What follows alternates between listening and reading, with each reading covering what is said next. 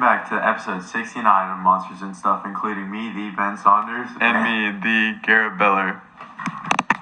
Today's monster that we're going to be discussing is the legendary Hydra.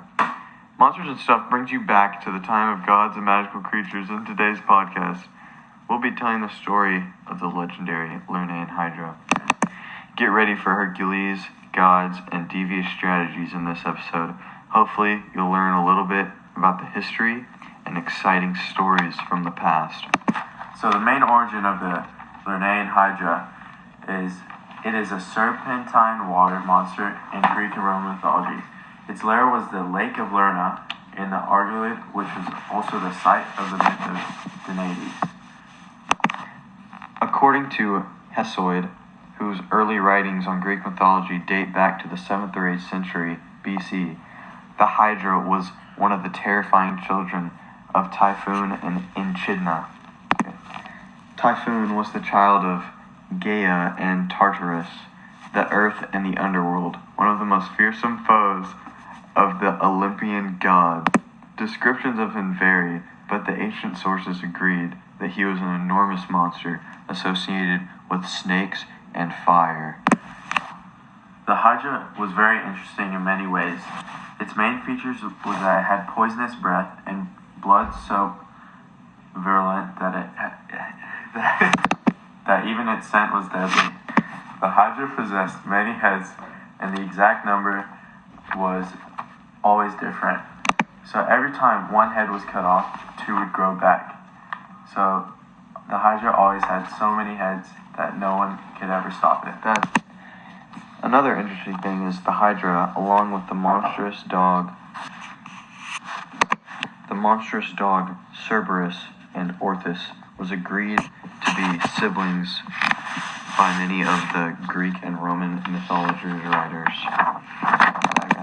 Later writers add more terrible things to the Hydra's family. The Nemean lion, the Sphinx, Scylla, and the first Gorgon were all given as children of Typhon and Echidna.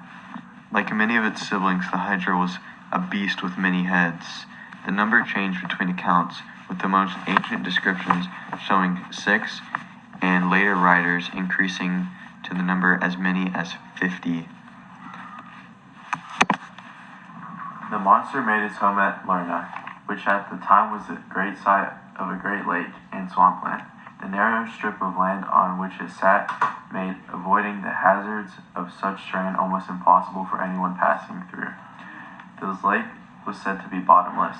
The later writers said that although the surface of water appeared calm and peaceful, any swimmer who tried to cross the lake was pulled under or swept away by this monster. Scary. Lerna was more than just a marshy lake region, though. In Greek mythology, it was also a portal to the underworld.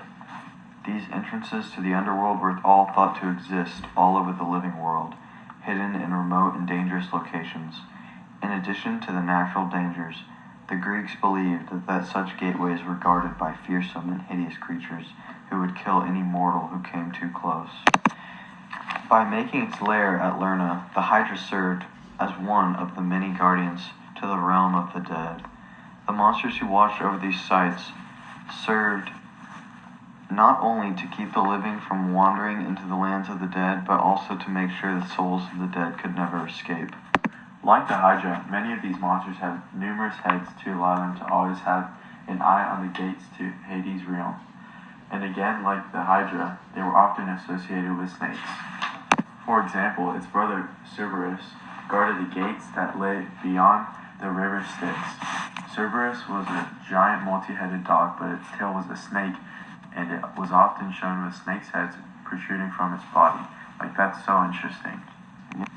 That's super crazy, dude, that they're all snakes. Snakes were a very frequently brought up in Greek mythology. For example, Medusa's hair was a tangle of snakes, and her blood gave birth to a breed of enormous vipers. Apollo and his sister Artemis killed the great Python, who was said to guard the oracle. Hydra's own mother, Echidna, had a serpent tail. These are hints in the literature that many of these dreadful serpent creatures lived and hunted near the underworld. The Greeks were not alone in associating snakes with death in the underworld. Living underground and sometimes lashing out with deadly venom, snakes were linked to death around the whole world. And also, like many monsters in the ancient world, the Hydra represented a very real danger in life. Charybdis, for example, represented a real whirlpool. The Hydra could have been a massive counterpart of real-world water snakes, many of which have deadly venom. Coming upon a nest of snakes or favorite feeding site could give the kill an impression of a single multi-headed creature that was almost impossible to kill. Yeah, that's true. Earlier, when I was reading through this article, it's saying the typhoon was actually represented as a typhoon or a hurricane type being.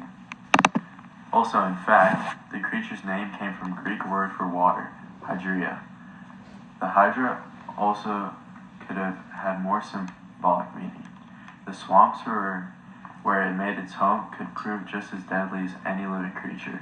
With difficult terrain and poisonous miasma in the air, it could be as harmful as any snake's venom. Like, especially with all the poison that can go through the victim's bodies, Like malaria. it'll be killed in any second. Yeah. So pretty much done with our intro there. Now we're going to talk about the main battle of the Hercules and the Hydra off of GreekMythology.com. Eurystheus, the king of tyrants, sent the demigod Hercules to slay the Lernaean Hydra as the second set of labors that the hero had to complete in his order to redeem himself for killing his wife, Megara, and his children in a fit of madness. Hercules had a great enemy, the goddess Hera. The Hera didn't like Hercules because he was the son of Zeus, and Zeus cheated on Hera with a mortal woman. So she employed Hercules' uncle to give him tasks, and some of these other tasks include killing the Nemean lion, slaying the Hydra, capturing the golden hind of the deer that was sacred to Apollo, capturing the Erminithian boar, cleaning the stables of King August, and defeating the Stymphalian birds. Now getting deep down into the battle. When Hercules reached the Lake of Lerna, he had to cover his nose and mouth with a cloth in order to protect himself from the poisonous gases that were emitted. That's how strong these gases were, where he couldn't even walk into the swamp or forest. After he managed to lure the monster out of its lair, Hercules quickly cut one of its heads off, only to realize in despair that two new heads had grown. After hours of trying to kill the Hydra and slicing off its heads many times, Hercules realized that there was nothing he could do. Faced with the invulnerability of the Hydra, Hercules realized he was outmatched. His strength and skill would be nothing against a creature whose heads would grow back and multiplied faster than he could dispatch them. In the narrative, he used his trademark heavy club in an attempt to smash the Hydra's heads, and the other depictions had him using a sword or a handheld sickle to slice through the many coiling necks of the creature he fought. Hercules called for his nephew to help him. The clever young man came up with an ingenious way to stop the beast. Perhaps inspired by Athena, he picked up one of the flaming torches they had used to find their way into the marsh. As Hercules cut off the heads of the monsters, his cousin lit the fire and used the torch to burn the stumps of the Hydra's head. So after Hercules brought his nephew in, Hera, who had raised the monster specifically to kill Hercules, sent a giant crab in aid of the Hydra. The hero, though, crushed it under his giant foot. The final head of the Hydra was immortal, and Hercules managed to destroy it by using the golden sword that the goddess Athena had offered him. The reason he was able to kill the Hydra using Athena's gold sword because it was the strongest weapon in that of every single battle that was used in Greek mythology. Legend also says that from Hercules' first task of killing the Nemean lion, he cut off the lion's invulnerable pelt and wore it as a cape, which helped him protect him from the Hydra's like huge fangs and its multiple heads and stuff like that. According to the legends, the center head of the monster provided an additional obstacle. This head, unlike the others, was immortal. Hercules used his golden sword to remove the last serpentine head. As it continued to wiggle and lash out at him, he placed it beneath an enormous rock to keep it from being a further threat. The rock remained as a landmark between the town of Lerna and the neighboring Elasus. No one even dared to move it and risk exposing the deadly, still-living, immortal head of the Hydra. Plus, before he even did that, he dipped all of his arrows into the venomous blood of the Hydra. This would later be the hero's demise, as the shirt of Nessus, which Hercules unknowingly wore, was covered in taint and blood, causing him unbearable pain from venomous Hydra blood. Yeah, that's pretty crazy that eventually the Hydra blood was actually the thing that ended up killing him because of the trick played on him by the dude who tried to kidnap his husband. The poisonous arrows that Hercules collected were also used for his 6th labor and his 10th labor and his 11th labor, which was killing a dragon, Lacoon. He also used these arrows to free the Titan Prometheus by shooting down the eagle that had eternally been eating his liver every day, and also killing the centaur, Nessus. In keeping with the traditional behavior of his race, the centaur tried to abduct Hercules' wife as he helped her across the river. The hero shot him from the riverbank before he could get away. This is the same centaur that used the poison from the arrow shot into him to coat the inside of Hercules' cloak, which eventually, when he put back on, killed him.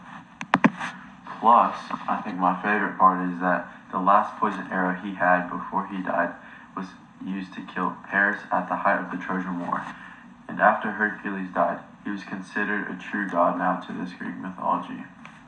So, summary of that battle, Hera turned both of her dead monsters into constellations, including the Hydra and the Crab. The Hydra became the constellation of the same name, while the Crab turned into the constellation of Cancer. Back to the main story of the Hydra.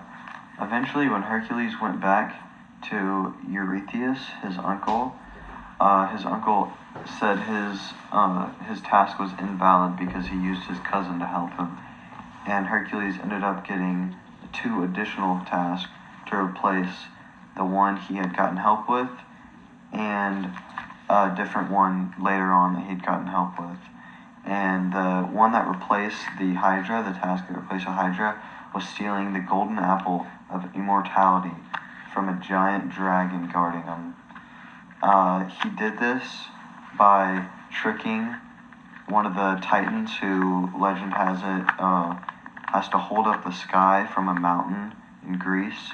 He did this by tricking him and using the sky to steal the apple.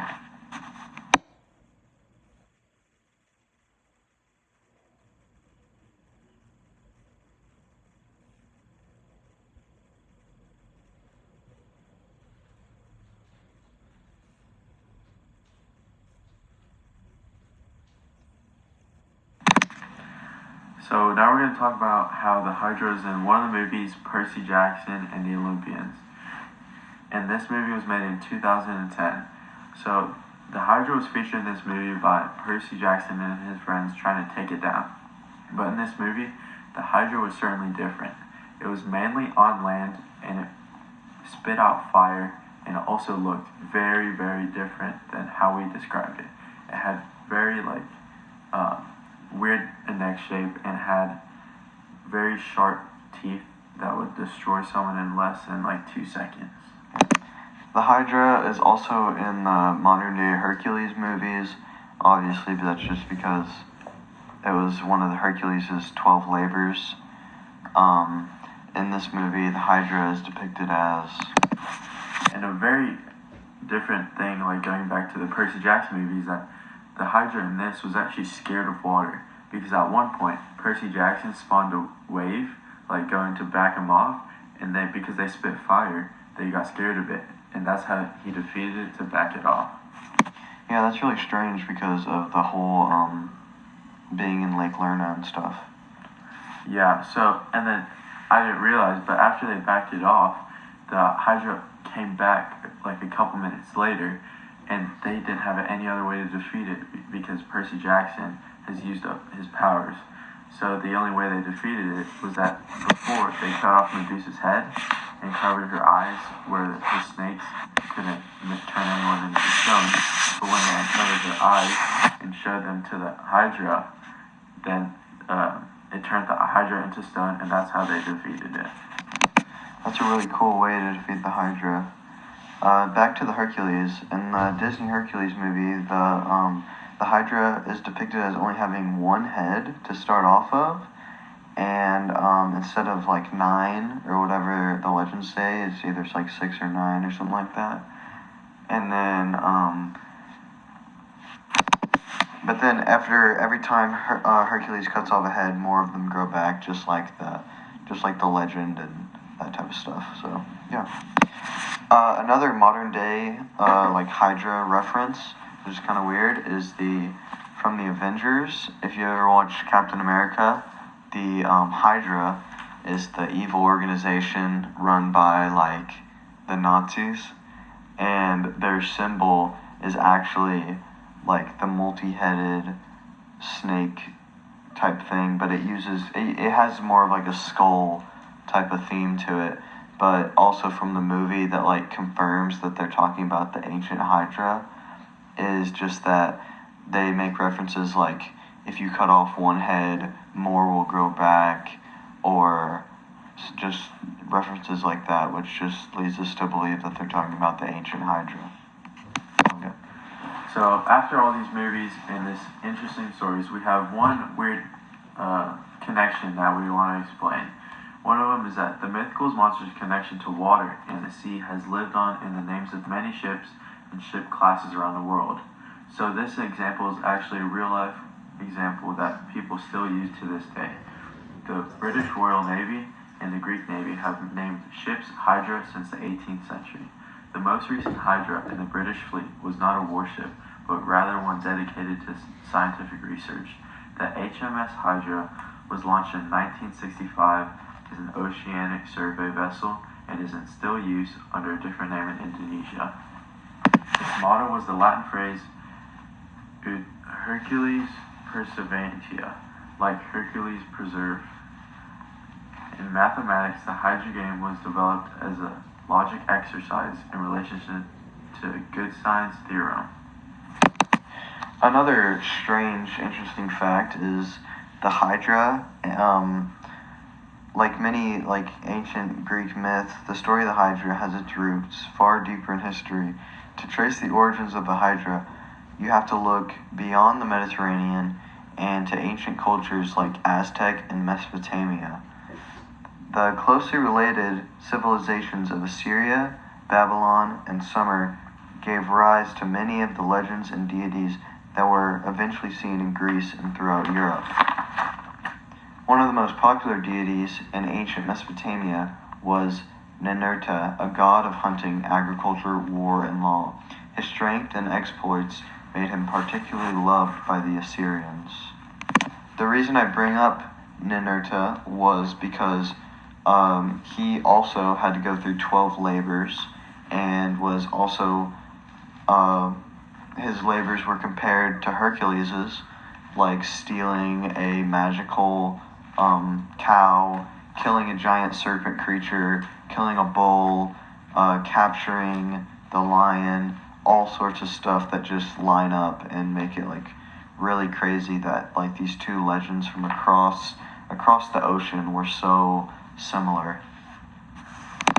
So now you should be able to answer many questions about the Hydra and how battles and movies are related to it. So thank you for listening to our podcast, Monsters and Stuff, and tune into our next episode.